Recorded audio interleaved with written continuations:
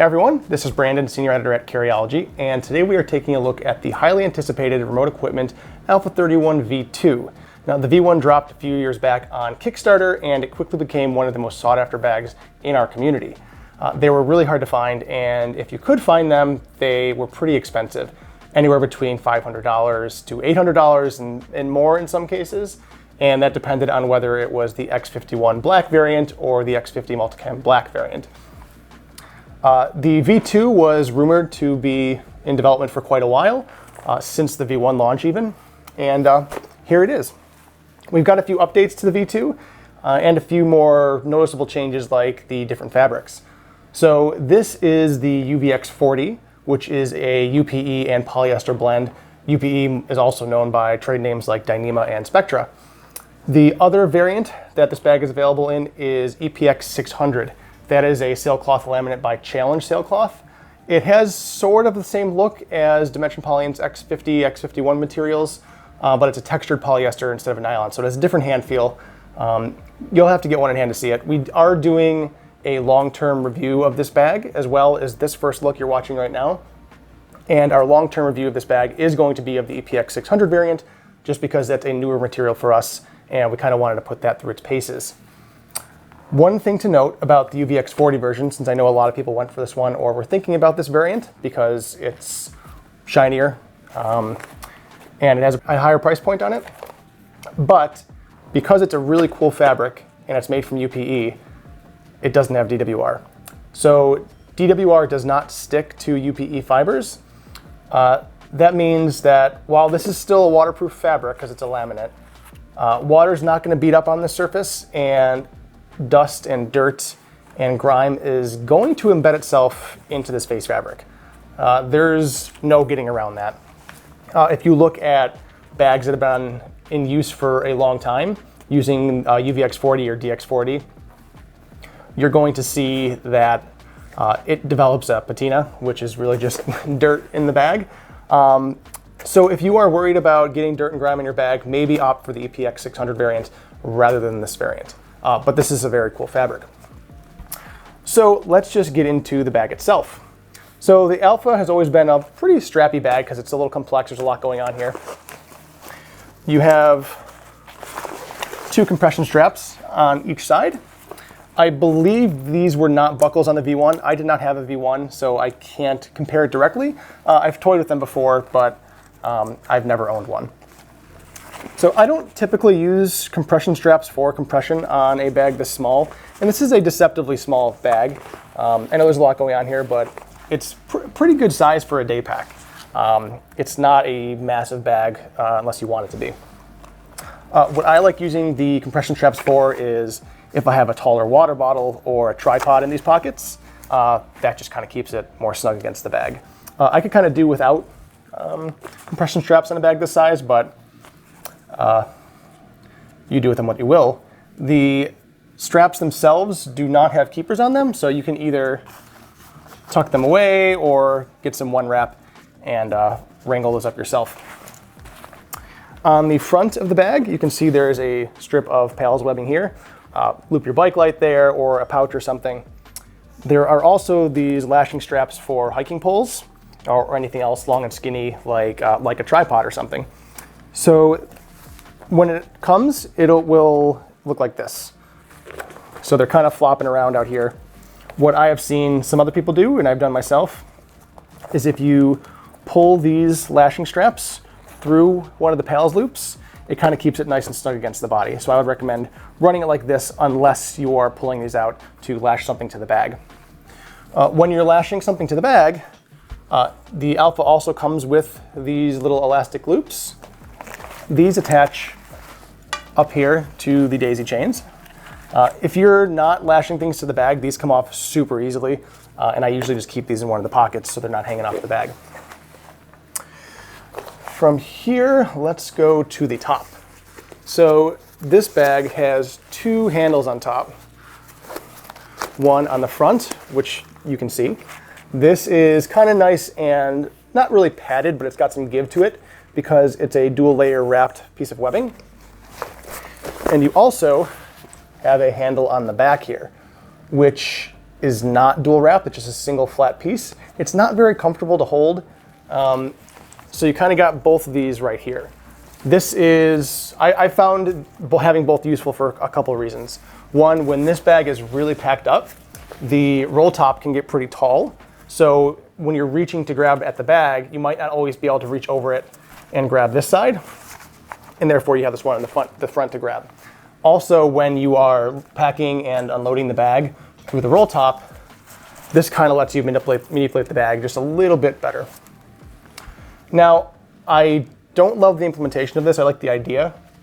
So this one is pretty floppy, and it bothered my neck a little bit when this was on, because it kind of just dangles there and rubs in the back of your neck. It's not going to do anything, but it's just a little bit annoying. I would have liked to have seen this same dual wrapped webbing piece on the back side here. That would have kept it a little stiffer and out of the way. So I typically only use the front, because what I do is you can take this piece of webbing and shove it up into the hydration port, which is right here. And that kind of keeps it up and out of the way. So when I need to grab the bag, I can just grab the one in the front. This is bar tacked, so you shouldn't have to worry about any load-bearing issues there. I've seen people cut this strap off. Please don't do that. It's really easy just to stuff it into the hydration port.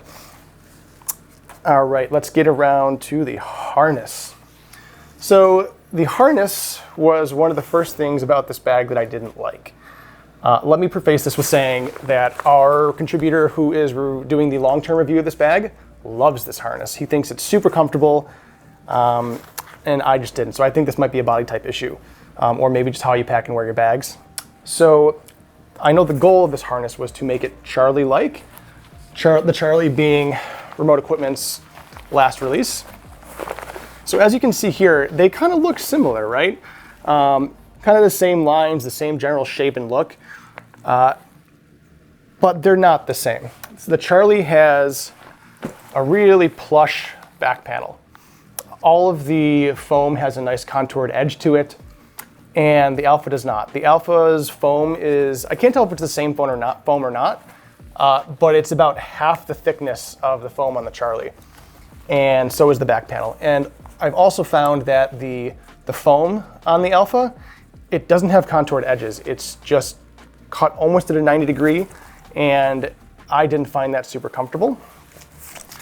You can kind of see on these straps here the difference. If you look at the Charlie, you can see that these panels, raised panel, lower panel, raised panel, have this nice contoured edge on the sides and on the top, and they kind of roll into one another. Same thing with the shoulder strap, right? Super comfortable. This is one of my favorite day packs of all time, honestly. It's super comfortable. It feels like a cloud when you're wearing it. So that's why I was excited to try the harness in the Alpha, but it just didn't work for me. So let's talk about why. So what I just showed you was the nice plush foam with the rounded edges. You can see this is almost a 90 degree cut here, kind of the same here. And I found this edge kind of just rested on my back, not in the best way possible.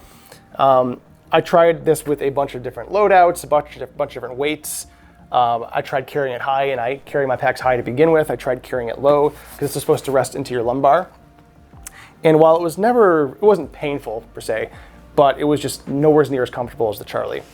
What did help for me at least was the use of these load lifters, and that kind of got the pack into the right position for me to just be okay.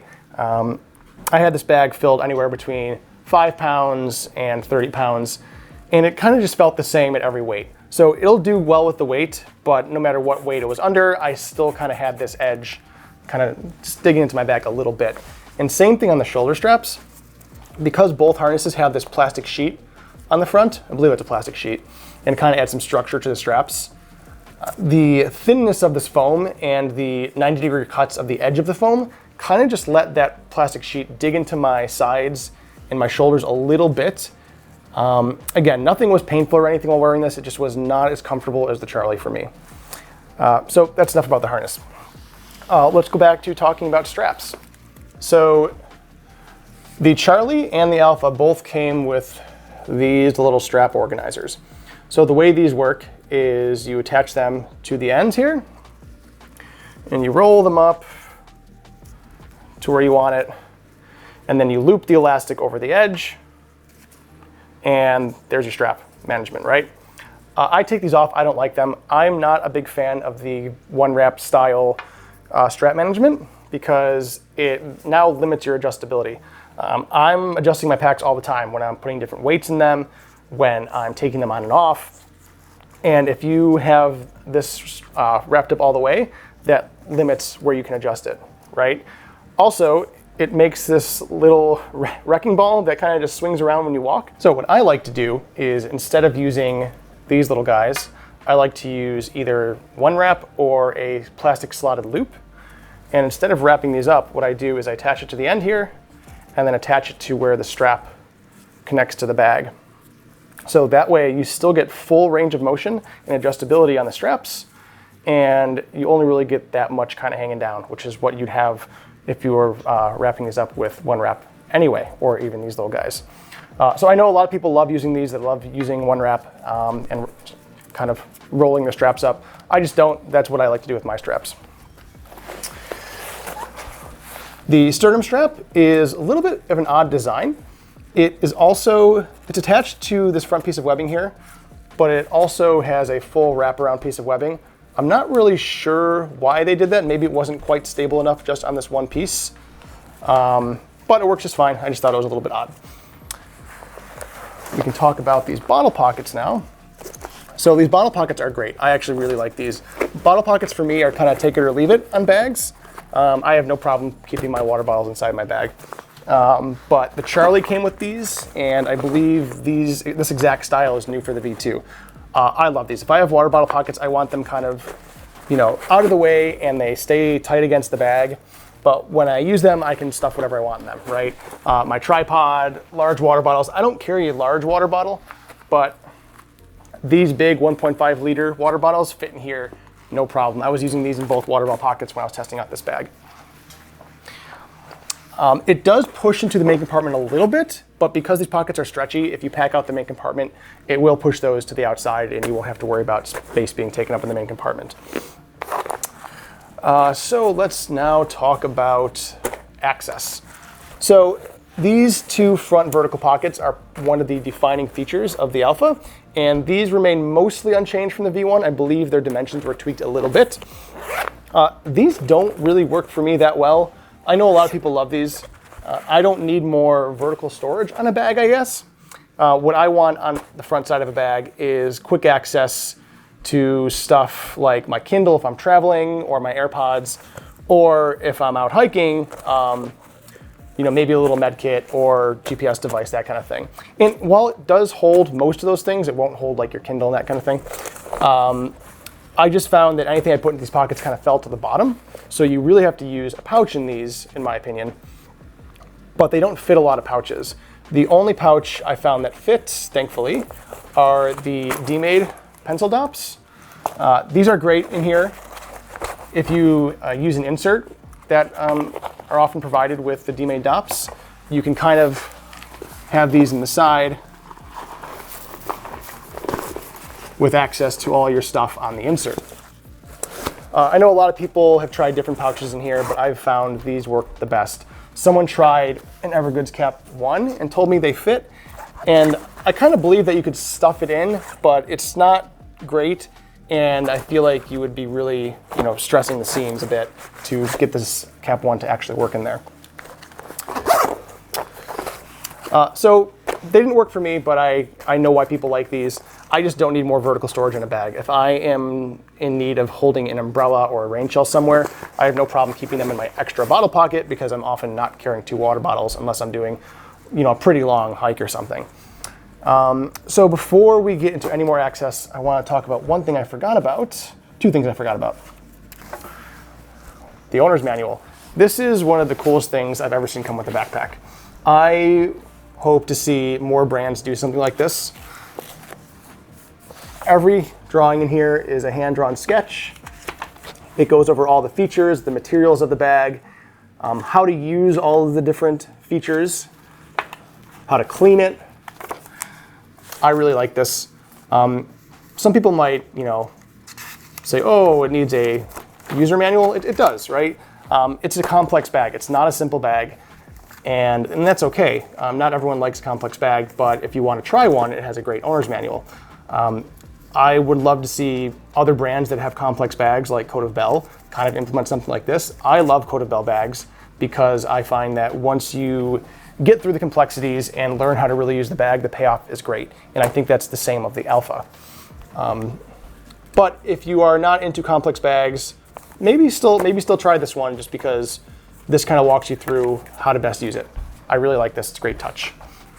The Alpha also comes with, this is the other thing I forgot, a hip belt. So unlike the Charlie, which just has a webbing belt that kind of loops through a tri-glide in this position, the Alpha comes with a nice padded hip belt. I don't use hip belts in packs this size, really, unless I really have this loaded up for travel or hiking or something. I'm probably just gonna keep these off to the side. These are not designed to be used on the Charlie, but if you have a Charlie, I was able to make these work. So, just something to know. Back to the access. So, around this rain flap here is the front panel access, right behind the vertical pockets. I found this not great to access, although our contributor doing the long-term review had no problems getting his zippers around the corners, but you can see mine are kind of getting caught there. I feel like the rain flap is just a little bit too large. If it was a little bit skinnier, you wouldn't have quite a problem getting these around the corner. It's also because this is a laminate. Laminates don't stretch, they don't wear in, so there's not a lot of give to pull these around the corner. I also think that if remote equipment would have left the metal pulls on here, the angle of pull getting this around the corner would have been a bit nicer, because these pulls are great for grabbing and going, but they lose a bit of that, that angle necessary to really drive the pull where it needs to go. So I prefer when all brands keep the metal pull on, because it's such an easy thing to remove, but once it's gone, you can't put it back on. I feel like that would have helped with some of the manipulation here. As you can see, I'm getting caught here again. So on the inside, it's pretty simple. If you have a Charlie, you're gonna recognize the inside. So front panel here is for tablets or e-readers or anything else. This is a 10.4-inch tablet. And on the back here is what I have a 14-inch laptop. It's a little difficult to get out of the main compartment because of the overhang of the front panel access. You kind of really got to pull it back to get this out. And these are kind of floppy. I found the panels in the Charlie were a little more taut. I'm not sure why that is. Maybe just a patterning difference. And behind the front vertical pockets, you just have a single zip compartment. So remember how I just said the laptop was difficult to get out from the front panel? Well, thankfully, remote equipment added a rear side access for your laptop. Now, I want to say that remote equipment has already addressed this. There is an issue with this zipper where the tweave stretch material on the inside gets caught in the zipper. So this is already a pretty difficult zipper to pull, and there's a lot in the seam, a lot of fabric in the seam. So I was getting the zipper caught both because there's a lot here and because the tweave gets into the teeth. So remote equipment's suggestion for people who already have the bag for users is to keep the laptop in there to develop a memory. That's not really gonna work. What will work is if you have your laptop in there, it's going to create some tension and kind of keep that tweave from moving around and getting caught in that zipper tooth. Tweave doesn't really have memory, so you're not going to make it learn to stay away from the zipper teeth. I have tweave sitting in a pile somewhere over there. that I've had folded up for a year and there's no crease lines in it. So that's not really gonna work. You just have to be really careful. The long-term fix, this is a suggestion for remote equipment, and I'm sure they're already working on this, so I don't mean to assume. But if there was a top stitch along this piece of fabric here, that would keep the material out of the way. So top stitching isn't just for aesthetic purposes, it serves a purpose, right? It makes sure that certain areas of fabric kind of stay in a certain direction. So you can see a good comparison here on the top access zipper, which we'll talk about in a second. You'll see there's top stitching here and the fabric kind of lays flat and towards the seam. And on this side, there's no top stitching and it kind of has like a little rolling curve to it. You'll see this a lot on Tom bin bags. So they usually don't top stitch their bags. And that kind of gives some of their bags like the Cynic and the Synapse, you know, their look. And we are top stitched on the one side, but we're not on this side. So on future iterations of this bag, I think if you top stitched that tweave there, that would keep it out of the teeth. So if you have this bag, if you're getting this bag, just be aware of that. Be careful. It's not if you're gonna get your tweave snagged, it's when. It will happen. So, like I was just talking about, we do have this one top accessory pocket here, which is where you're actually gonna wanna store your AirPods and smaller access items. It won't fit a Kindle, at least it didn't fit mine, which I like having quick access to. It's just this mesh material in here. It's a nice mesh. I'm not too worried about the mesh, but I would have preferred something a little softer in here, like a fleece or a felt or something. But it works perfectly fine, and it kind of hangs down into the main compartment. Let's go back on the inside for 1 second.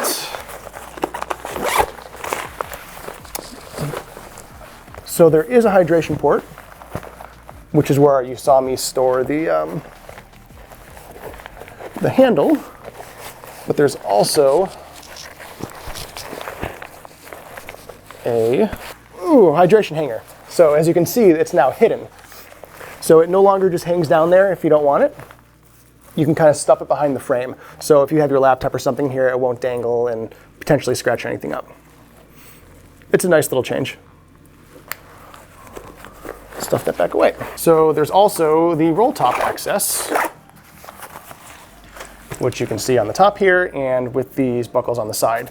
So you can pull those to kind of release tension on the roll top and unroll it.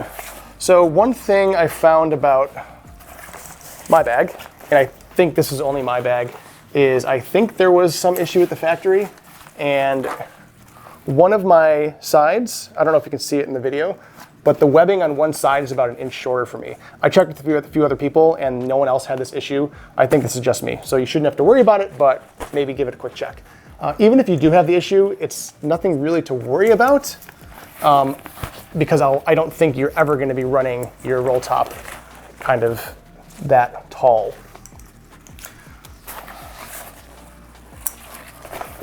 So as you can see when you open it, just the main opening. There are 2 pieces of plastic along either edge, which kind of aids in keeping that sealed and helping you roll it. And when you do roll this bag, oftentimes I prefer to roll my roll tops away from the front of the bag and towards my body. Reason being is I feel like that gives the bag a cleaner look. But in the case of the Alpha, you do have to roll towards the front of the bag and away from the body if you want to use the top accessory pocket. So just keep that in mind. And once it's stuffed, it's really easy to just roll back down, cinch back down. Because there's a lot of buckles here, just be careful. I've seen some people accidentally attach the compression strap buckle into the roll top buckle, and they're not the same buckle. They will not fit, and you might break your buckle, so be careful. One last thing before we finish up is because of the new compression straps, you're now able to fit everyone's favorite accessory pouch the Charlie org pockets onto the Alpha. It's kind of the same way. There's not a super secure way to do it, but you'll see that there's these daisy chain loops on the side, and you would run these compression straps either through the front or the back, depending how you want to run it. And you can kind of run these on either side of the Alpha, which is another nice change and add-on from the V1. So that is the remote equipment Alpha V2. We are going to be doing a long-term review in the coming months of the EPX 600 variant. So thank you for watching. Click subscribe, and we'll see you next time. Thanks.